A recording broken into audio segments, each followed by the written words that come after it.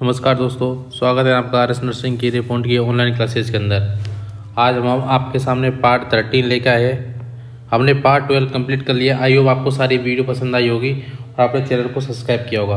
और चैनल को सब्सक्राइब नहीं किया है तो चैनल को सब्सक्राइब जरूर करें, लाइक बटन दबाएँ और मैक्सिमम लोगों को शेयर करें। क्लियर। अब स्टार्ट करते हैं हम जो मेगा क्लास है। आज जो हमने पिछली वीडियो थी OBG की पढ़ी थी, हमने MSN पढ़ लिया, OBG की मेगा क्लास पढ़ ली, पीडिया की पढ़ ली, फंडामेंटल की पढ़ ली। क्लियर। और जो नेक्स्ट वीडियो आएगा वो आएगा मेगा क्लास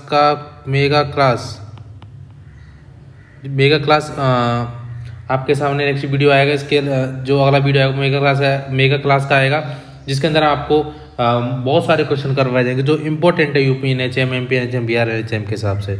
क्लियर। और जो क्लास रहेगी वो कंटिन्यू रहेगी। स्टार्ट करते हैं क्लास को।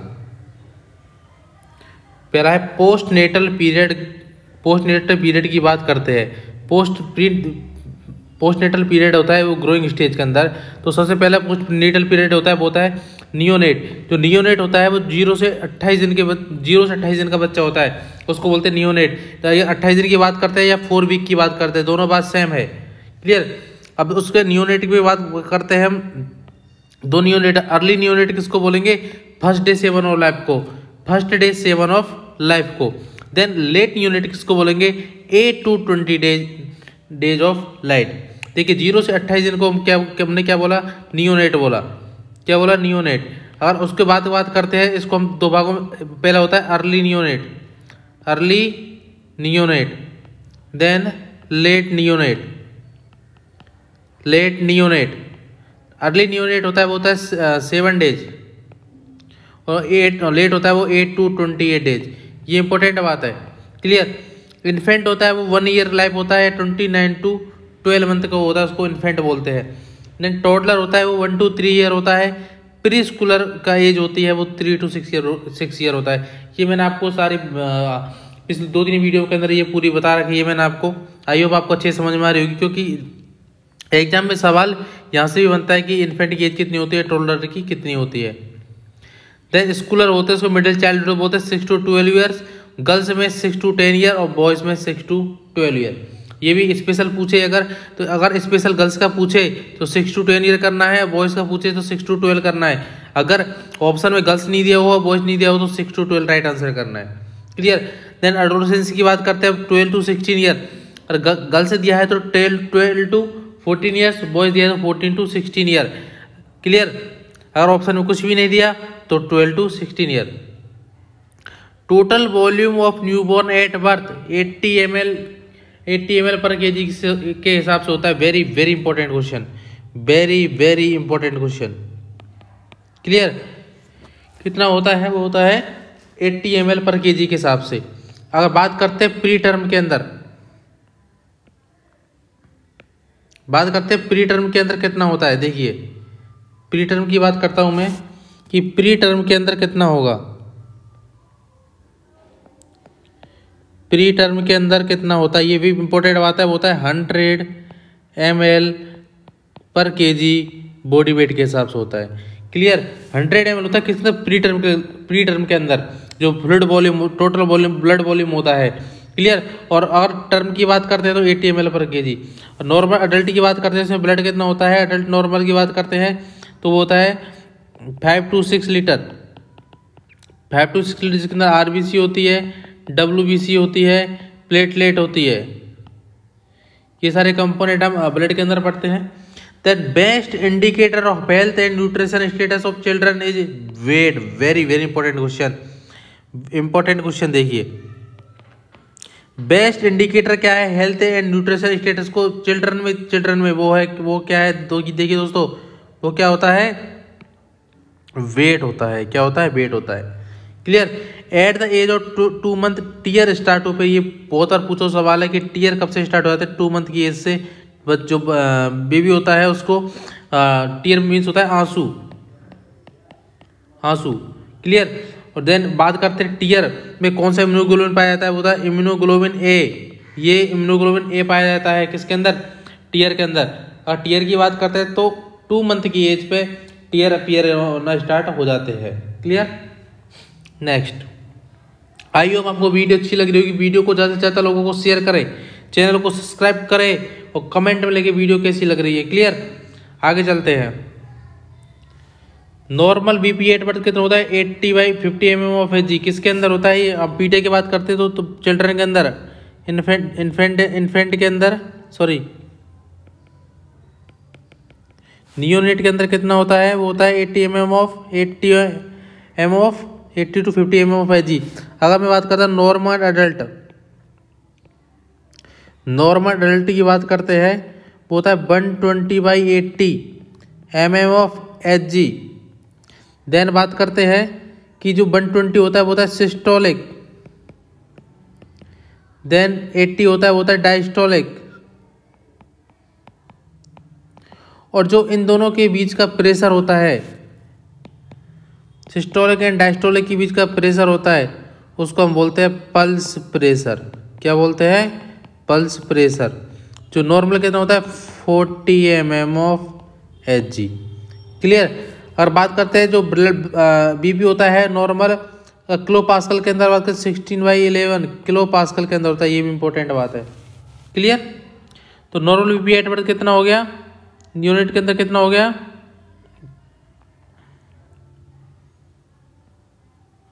80 से 50 mm of H ji. Weight of brain unit 300 to 500 gram in double in 1 year. देखिए, जो नॉर्मल वेट होता है यूनिट का कितना होता है 300 से 500 ग्राम का होता है, लेकिन जो एक साल पे कितना हो जाता है वो दोगुना हो जाता है। मीन्स अगर 300 है तो 600 हो जाएगा, 500 है तो 1 किलो हो जाएगा। और नॉर्मल अडल्ट की बात करते हैं तो कितना होता है 1300 से 1600 ग्राम। ये भी इम्पोर्टेंट बात है। Normal heart rate of infant 110 to या 122 से 160 mm of beat per minute. Clear. Then the average normal respiratory rate newborn 40 breath per minute. Very very important कि जो न्यूबॉर्न होता है उसमें नॉर्मल रेस्पिरेटरी रेट कितनी होती है? होती है 40 ब्रीथ पर मिनट होती है। Clear. 48 to 72 hours after birth is best time to giving first bath of newborn. Very very important. देखो विद इन 24 आवर्स होता है, तो कभी भी हम बेड बाथ नहीं देते हैं। ये इंपॉर्टेंट बात है। देखिए, विद इन 24 आवर्स हम क्या करते हैं? बेड बाथ होती, जो बेबी को बाथ देते हैं वो कॉन्ट्राइंडिकेट करते हैं, क्योंकि जो पेशेंट होता है किस में जाने चांस रहते हैं? हाइपोथर्मिया में जाने के चांस रहते हैं। और हाइपोथर्मिया को हम क्या बोलते हैं? Silent killer disease neonate. Silent killer disease किसके अंदर? नियोनेट के अंदर। ये इंपॉर्टेंट बात है। क्लियर। तो 48 to 72 hours after birth best time होता है फर्स्ट बात का। ये भी इंपॉर्टेंट बात है। Infant birth weight double 5 to 6 month and triple in 12 month. जो नॉर्मल बेबी वेट होता है 2.5 से 3.5 kg। क्लियर। और डबल हो जाता है वो 5 to 6 मंथ। और अगर दो ऑप्शन में दोनों 5 और 6 हो तो किसको आंसर करेक्ट करना है? 5 को आंसर करेक्ट करना है। और ट्रिपल कब हो जाता है? 12 मंथ पे। डबल होता है 5 to 6 मंथ पे, ट्रिपल हो जाता है 12 मंथ पे। नेक्स्ट चलते हैं।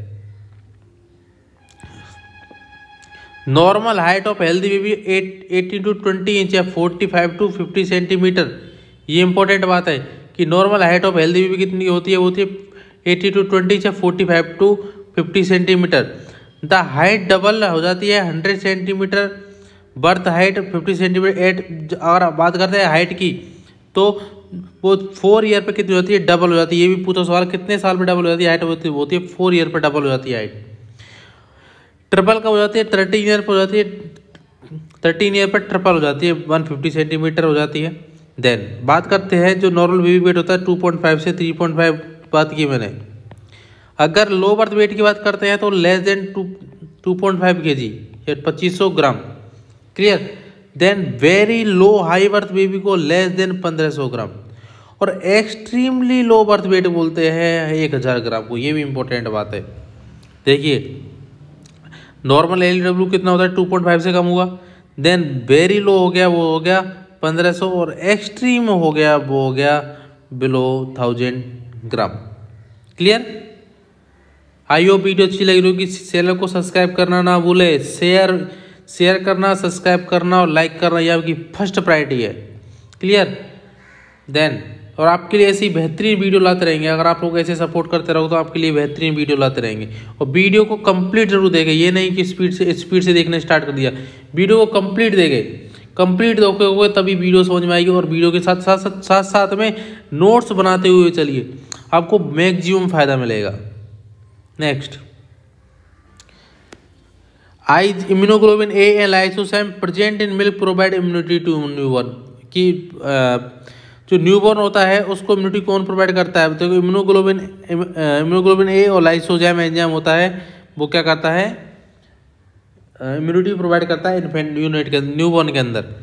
Para amino benzoic acid present in breast milk which protect to baby for malaria of a few week. Very very important, very very very important.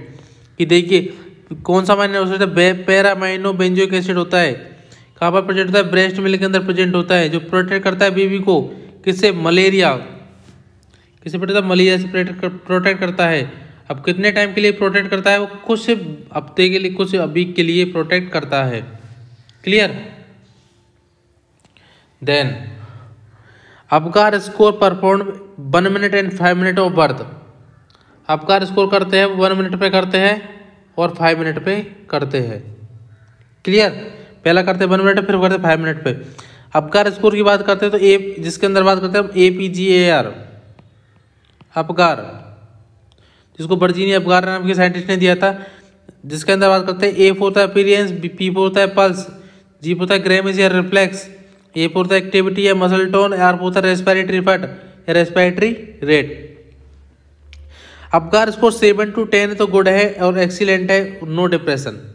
ये इंपॉर्टेंट बात है। अपकार स्कोर अगर 7 से ज़्यादा है तो वो अच्छा है, नो एक्सीलेंट है, नो डिप्रेशन। देन अगर 4 to 6 है मीन्स माइल्ड डिप्रेशन है या फेयर है। Then Apgar score less than 4 है मीन्स सीवियर डिप्रेशन है। इंपॉर्टेंट बात है। देखिए हमने बात की 7 to 10 बात की तो कोई प्रॉब्लम नहीं है, गुड है। 4 to 6 बात की तो माइल्ड डिप्रेशन है। देन फिर बात की हमने लेस देन 4, वो है सीवियर या पुअर कंडीशन। ये इंपॉर्टेंट बात है। देन पैथोलॉजिकल जॉन्डिस अगर with in 24 hours after birth. Pathological jaundice का होता है with in 24 hours after birth, pathological jaundice होता है। फिजियोलॉजिकल की बात करते हैं वो होता है after 24 hours to 7 day of life. ये होता है फिजियोलॉजिकल। पैथोलॉजिकल होता है विद इन 24 आवर्स के अंदर। देन फिजियोलॉजिकल होता है after 24 hours with in 7 day of life. Drug of choice in jaundice very very important होते हैं phenobarbitone. Phenobarbitone drug of choice in किसके अंदर? फिनोबार्बिटोन ड्रग ऑफ चॉइस होती है किसके अंदर? ड्रग ऑफ चॉइस होती है वो होती है जॉन्डिस के अंदर। देन जो क्या काम करती है? Decrease level of bilirubin. Bilirubin का लेवल होता है उसको डिक्रीज करने का काम करती है। क्लियर? ये तो ड्रग ऑफ चॉइस होगी। और treatment of choice, treatment of physiological jaundice की बात करते हैं वो होती है फोटोथेरेपी। कौन सी होती है? फोटोथेरेपी होती है। क्लियर? ये इंपॉर्टेंट बात है। 10 नेक्स्ट चलते हैं। Exchange blood transfusion choice of treatment pathological jaundice. देखो हमने बात की फिजियोलॉजिकल की बात की तो उसमें था फोटोथेरेपी। फिजियोलॉजिकल हो रहा था आफ्टर 24 आवर्स। देन पैथोलॉजिकल की बात की हमने तो ब्लड ट्रांसफ्यूजन जो होता विद इन 24 आवर्स के अंदर हो रहा था। Clear? Eye and genital of baby covered protect from radiation. Eye को और जेनिटल एरिया को कवर्ड करके रखते हैं बेबी के, क्यों? टू प्रोटेक्ट द रेडिएशन से प्रोटेक्ट करने के लिए। During phototherapy light source should be kept away 45 centimetre. जो लाइट का और बच्चे का जो डिस्टेंस होता है फोटोथेरेपी के टाइम पे वो होता है 45 सेंटीमीटर का होता है।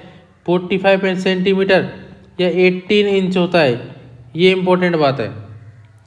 Blue light use in phototherapy very very important. कौन सी लाइट की जाती है फोटोथेरेपी में? तो ब्लू लाइट का यूज किया जाता है। Then optimum temperature of paediatric ward should be 28 degree Celsius. बात करते हैं कि normal temperature optimum temperature of paediatric ward कितना होता है? 28 डिग्री सेल्सियस होता है। Then Abraham Jacob is the father of paediatric. Father of paediatric कौन है? वेरी वेरी इंपॉर्टेंट, वो है अब्राहम जैकोब। क्लियर। तो देखो हमने बात की पैथोलॉजिकल जॉन्डिस होता है विदिन 24 आवर्स, फिजियोलॉजिकल होता है after 24 hours. Phenobarbitone drug of choice होती है। अब फिजियोलॉजिकल जॉन्डिस है तो क्या ट्रीटमेंट होता है? फोटोथेरेपी। देन हमने बात की अगर पैथोलॉजिकल है तो ब्लड ट्रांसफ्यूजन, आई और जेनिटल एरिया को कवर्ड करके रखते हैं रेडिएशन से प्रिवेंट करने की, और डिस्टेंस कितना रखते हैं? 45 सेंटीमीटर। ब्लू लाइट यूज करते हैं। Optimum temperature paediatric 28 degree Celsius होता है, 28 डिग्री सेल्सियस होता है। Abraham Jacob is father of paediatric. Next, minimum area provided to infant to hospital 100 square feet and 10 metre square. अगर बात करते हैं मिनिमम एरिया कितना प्रोवाइड किया जाता है इन्फेंट को हॉस्पिटल के अंदर, 100 स्क्वायर फीट और 10 मीटर स्क्वायर के अंदर कितना एरिया प्रोवाइड किया जाता है? वो किया जाता है 100 square feet and 10 metre square. Brachydactyly is abnormal shortness of finger and toes. Brachydactyly क्या होता है? Abnormal shortness of breath finger and toes के अंदर अगर रेस्पिरेशन प्रॉब्लम हो तो उसको बोलते हैं हम ब्रैकिडेक्टिलिया।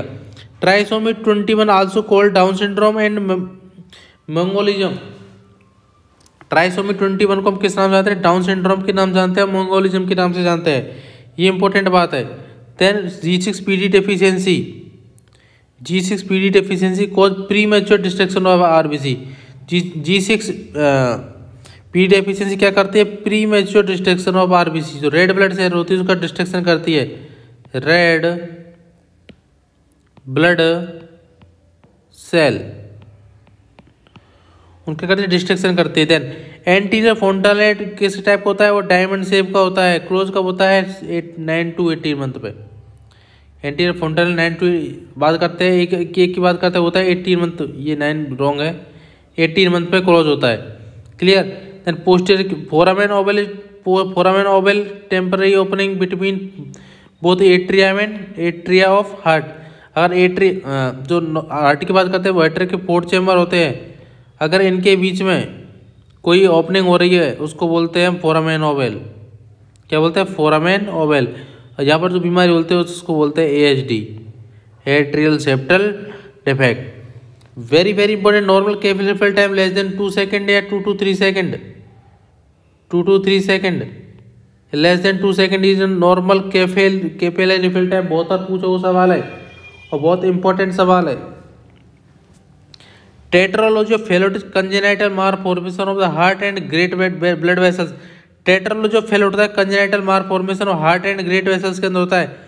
Crying will increase the workload on heart post operatively में cause hypoxia. Very very important, जो बच्चा रोता है, अगर बच्चा रोएगा तो उस पर हार्ट पे पोस्ट ऑपरेटिव हार्ट पे इफेक्ट पड़ेगा और पेशेंट को क्या हो सकता है? बच्चे को हाइपोक्सिया हो सकता है।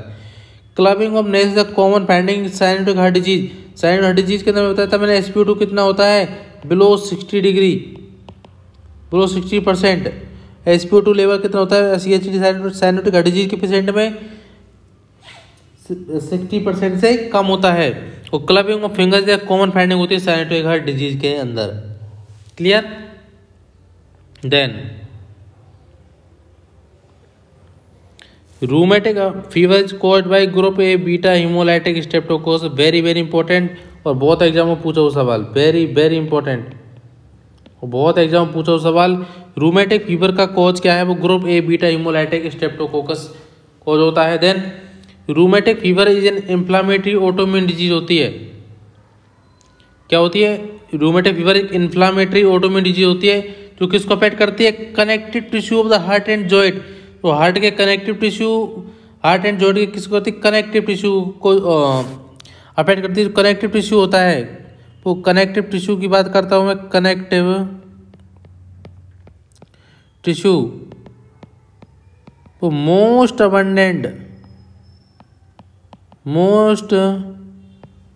abundant tissue in our body.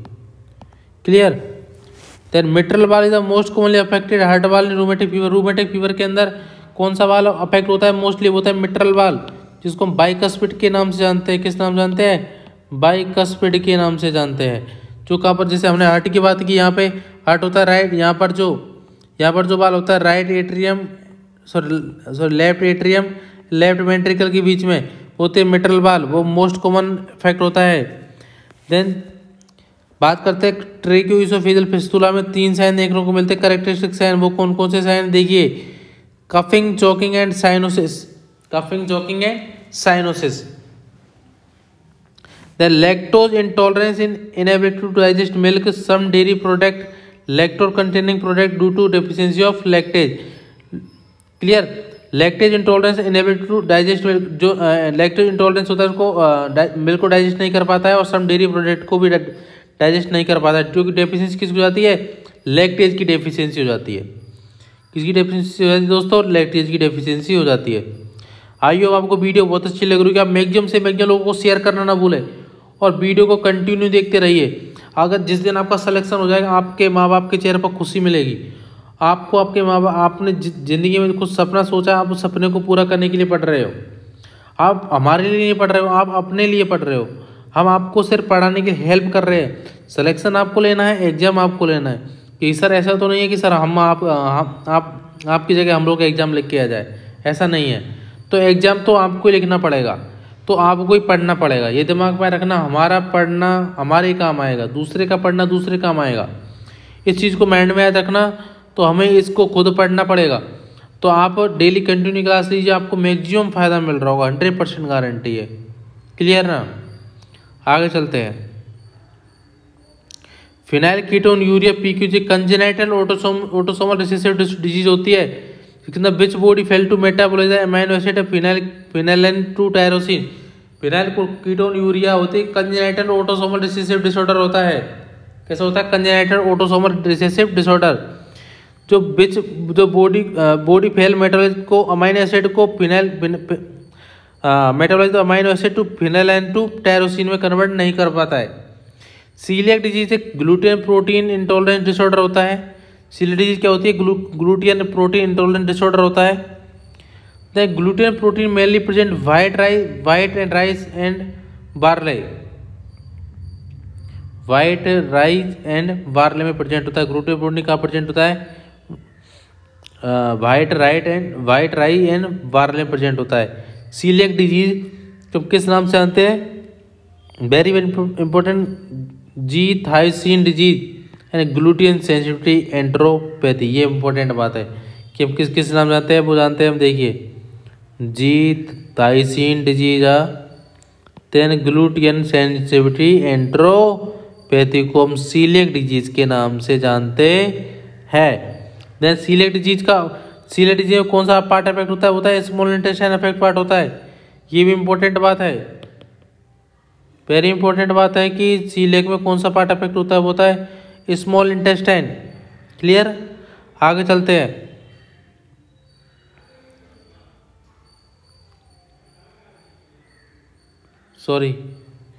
Then projectile vomiting is clinical feature of pyloric stenosis. Pyloric stenosis का क्लिनिकल फीचर क्या होता है? वो होता है projectile vomiting. Then currant jelly like stool कहाँ देखने को मिलता है? वो इंटरसेशन के अंदर देखने को मिलता है। Clear? Then diarrhoea up to 10 day loose stool per day, इसको बोलते हैं सीवियर डायरिया। और नॉर्मल की बात करें, नॉर्मल डायरिया की तो more than 3 loose per day, और 3 बार ज़्यादा loose motion stool pass out हो रहा है, उसको बोलते हैं हम डायरिया। और सीवियर डायरिया की बात करते हैं तो more than 10 episode of acute diarrhoea that last for 2 week और मोर कॉल्ड परसिस्टेंट डायरिया। अगर डायरिया के एक्यूट डायरिया है और उसको लास्ट 2 वीक से है, उसको बोलते हैं परसिस्टेंट डायरिया। ये इंपॉर्टेंट बात है। Diarrhoea with watery stool visible blood in the stool is called dysentery. देखिए, डायरिया के साथ वाटरी स्टूल देखने को मिलेगा और ब्लड देखने को मिलेगा, उसको बोलते हैं डिसेंट्रिया। हिंदी में बोले तो क्या बोलते हैं हम? अपसाद।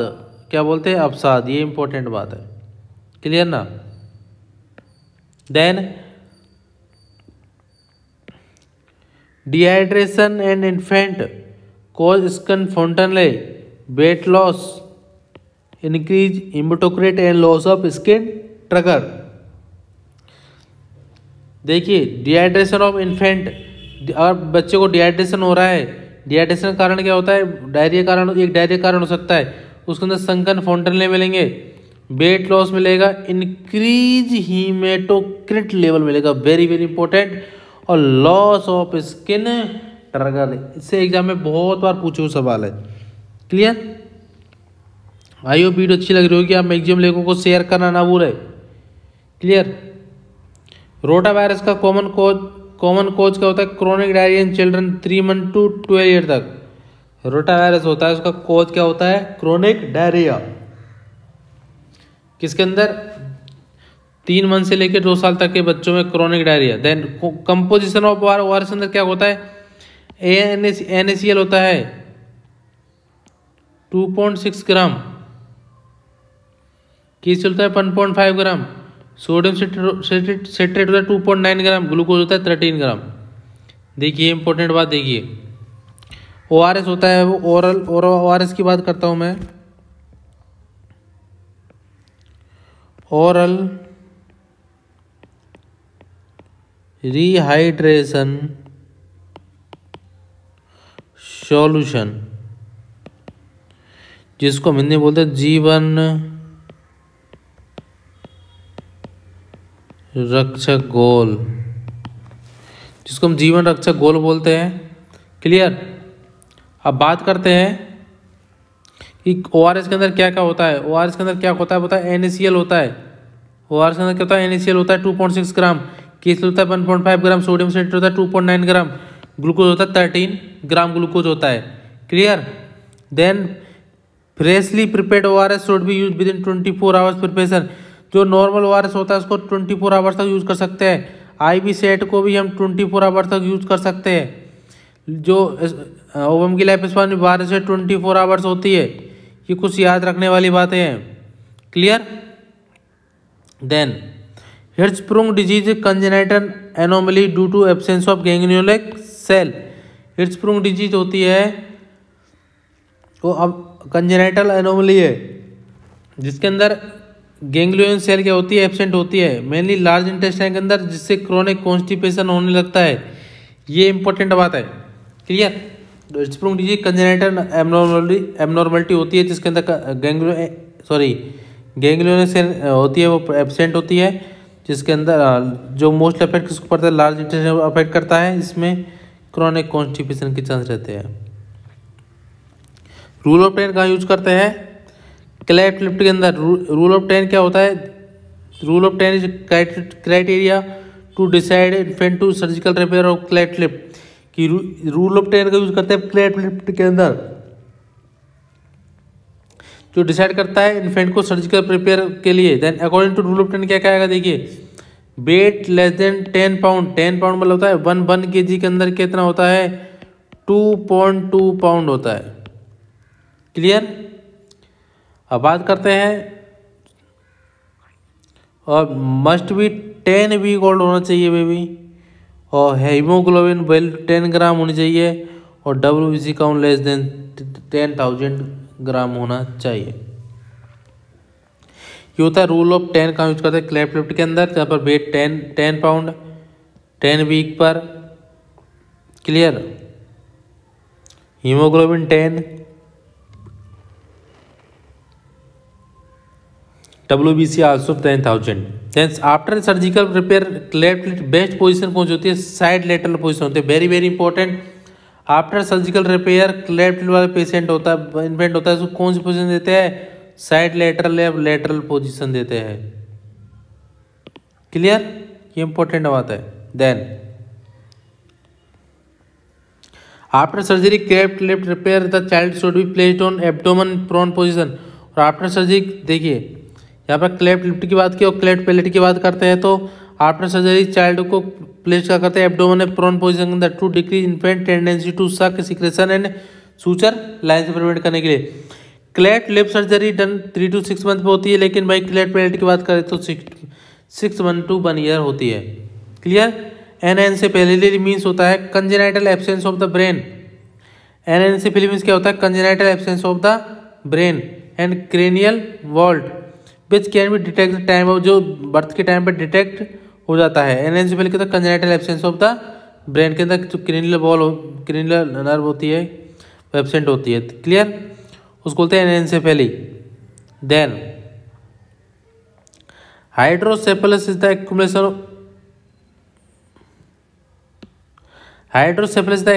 Of excessive amount of CSF within the ventricle of the brain. Hydrocephalus क्या होता है, जिसमें अंदर CSF होता है, सेरिब्रोस्पाइनल फ्लूइड, जिसका अमाउंट ज़्यादा हो जाता है, एक्सेसिव अमाउंट हो जाता है, जो कहाँ पर with in ventricles of the brain के अंदर। Sunset eyes A typical feature of hydrocephalus. किसी पेशेंट इन्फेंट को हाइड्रोसेफेलस हुआ मतलब क्या है कि जो CSF वो ज़्यादा हो गया। क्लियर, तो उसको अंदर सनसेट आई देखने को मिलती है।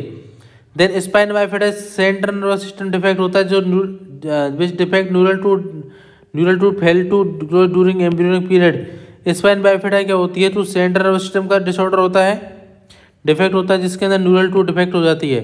देन रे syndrome in acute encephalopathy after viral infection. रे सिंड्रोम क्या होता है, एक्यूट एंसेफेलोपैथी होती है, एक्यूट एंसेफेलोपैथी होती है आफ्टर वायरल इन्फेक्शन को बोलते हैं Reye syndrome. Sudden death infant death syndrome को बोलते हैं SIDS। Most commonly affect infant 2 month to 3 month, 2 to 3 month. देखिए सडन इन्फेंट डेथ सिंड्रोम क्या होता है, अगर किसी बच्चे को हमने सपोज दैट लेटरल पोजीशन में लेटाया और बच्चा हो गया प्रोन पोजीशन में, क्योंकि बच्चा इधर उधर घूमता रहता है, हलता रहता है, और पेशेंट की बच्चे की सांस रुक गई, तो सांस है तो वहाँ से पेशेंट की डेथ होती है। तो सडन इन्फेंट डेथ सिंड्रोम के साथ कब होते हैं, 2 to 3 मंथ की एज पे होते हैं। ये वेरी इंपॉर्टेंट बात है। Clear, next. आई होप आपको वीडियो अच्छी लग रही होगी। आप मैक्सिमम लोगों को वीडियो शेयर करना ना भूलें। Clear, next. SIDS unexpected death of infant under 1 year of age in which cause of death fail to prove by autopsy. Simple सी बात है कि अगर इसको प्रूव नहीं कर पाएगी, ऑटोप्सी होता है, ऑटोप्सी करते हैं ना हम, जैसे बोलते हैं पोस्टमार्टम करते हैं, ऑटोप्सी, उसमें प्रूव नहीं कर पाए। क्लियर, सेम लाइन है, लाइन यहाँ से रिपीट होगी। ऐसा सडन इन्फेंट डेथ सिंड्रोम को हम क्या है, अनएक्सपेक्टेड डेथ होती है। एक कारण मैंने बताया था, पोजीशन हो सकता है वो जो 1 year तक होती है, जिसका कॉज क्या है, जिसका कॉज भी कोई प्रूव नहीं हुआ है, हमने ऑटोप्सी के द्वारा भी कोई प्रूव नहीं होता है। To prevent SIDS infant should be placed in the his back. देखिए मैंने बताया था ना अभी कि जो अगर सडन इन्फेंट डेथ सिंड्रोम से बच्चे को बचाना है तो कौन सी पोजीशन में करना है, बैक पोजीशन में। After tonsillectomy child place in side line position. Tonsillectomy के बाद पेशेंट को साइड लाइन पोजिशन में प्लेस करना चाहिए। And frequent swelling suspect bleeding after tonsillectomy. Frequent swelling, अगर फ्रीक्वेंट स्वेलिंग कर रहा है तो वहाँ पर ब्लीडिंग सस्पेक्ट हो सकती है। अगर फ्रीक्वेंट स्वेलिंग कर रहा है तो वहाँ पर क्या है, फ्रीक्वेंट कर रहा है तो वहाँ पर ब्लीडिंग हो सकती है, तो पेशेंट को देखते रहना है। Then Wilms tumour nephroblastoma is the most common tumour of kidney occurs in children. Very very important कि जो ब्लिम्स ट्यूमर होती है जिसको नेफ्रोब्लास्टोमा के नाम से जानते हैं, तो मोस्ट कॉमन ट्यूमर होता है किसके अंदर, किडनी के अंदर, जो चिल्ड्रन के अंदर मोस्ट कॉमन होता है। Clear, then next, enuresis is the bed wetting in involuntary discharge of urine after the age of 5 year। अगर 5 year के बाद इनवॉलेंट्री यूरिन होता है, उसका इनवॉलेंट्री डिस्चार्ज हो रहा है, मतलब drop by drop urine pass out हो रहा है, कब, आप कितने टाइम पे, आफ्टर 5 year, 5 साल के बाद, उसको बोलते हैं एन्यूरेसिस बोलते हैं। क्या बोलते हैं, एन्यूरेसिस बोलते हैं। जिसके अंदर ड्रग ऑफ चॉइस क्या होती है, इमिप्रामाइन ड्रग ऑफ चॉइस होती है। वेरी वेरी इंपॉर्टेंट, और बहुत बार पूछो सवाल, इमिप्रामाइन क्या होती है, ड्रग ऑफ चॉइस होती है। भाई एन्यूरेसिस क्या होता है, involuntary discharge of urine after the age of 5 year। Clear, और जिसके अंदर ड्रग ऑफ चॉइस क्या होती है, इमिप्रामाइन ड्रग ऑफ चॉइस होती है। ऑर्किडोपेक्सी सर्जिकल करेक्शन ऑफ अनडिसेंट टेस्टिस। ऑर्किडोपेक्सी क्या है, सर्जिकल करेक्शन है अनडिसेंट टेस्टिस का। क्रिप्टो ऑर्किडिज्म क्या होता है, जो फेलियर ऑफ वन और both testis in the scrotum.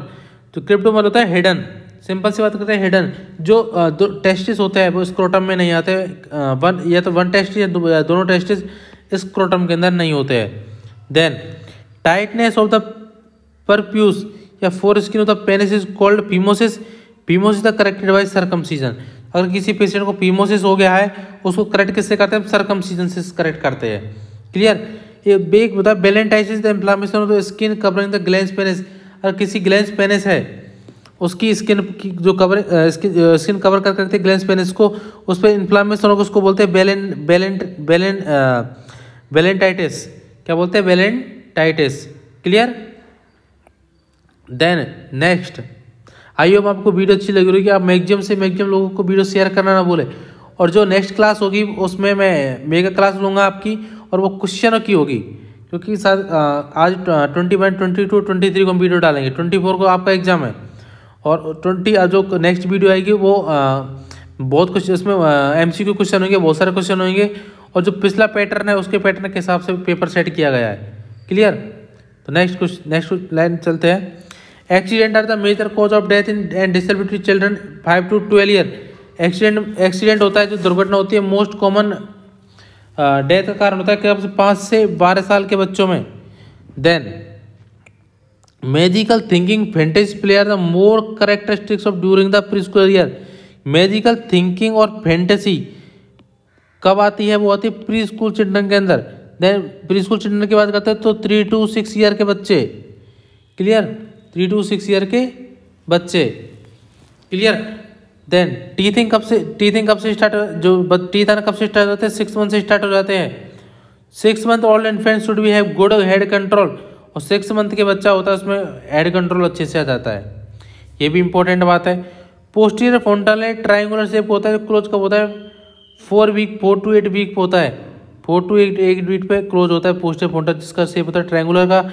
और एंटीरियर की बात की हमने, बात की एंटीरियर की बात की तो उसका शेप कैसा था, वो डायमंड शेप का था। और जो क्लोज कितना होता था, 18 मंथ पे क्लोज हो रहा था, ये इंपॉर्टेंट बात है। An infant walk with support 11 month and take first step to 12 month. जो इन्फेंट होता है वो 11 मंथ पे सपोर्ट के साथ चल सकता है, लेकिन 12 मंथ पे हम फर्स्ट स्टेप 12 मंथ पे फर्स्ट स्टेप रखना स्टार्ट कर देता है, विदाउट सपोर्ट चलना स्टार्ट करता है, ये भी इंपॉर्टेंट बात है। देन